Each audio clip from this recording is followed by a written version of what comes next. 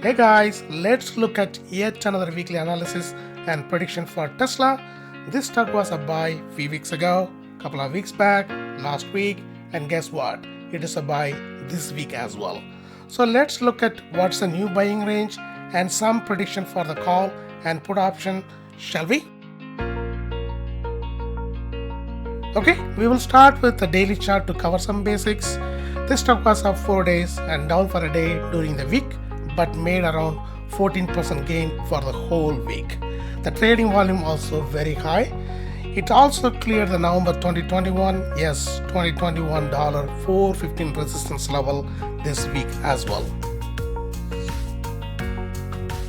So this stock is still a buy, and the new revised buy point is 415 to 423, and it was 361 to 371 last week.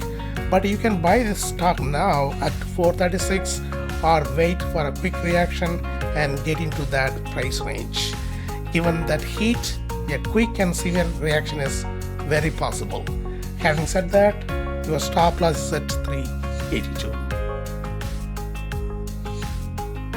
Okay, let's predict some price target for the stock.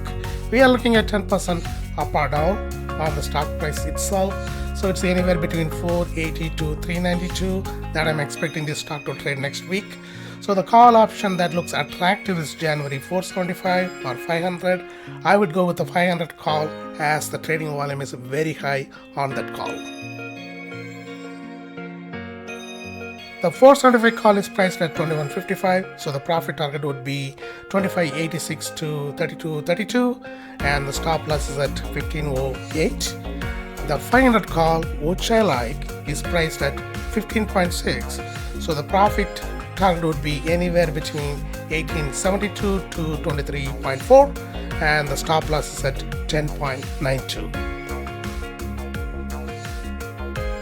On the flip side, if you think everyone is wrong and this stock is going to go down, then the put option that I like is January 375. It priced at 9.38.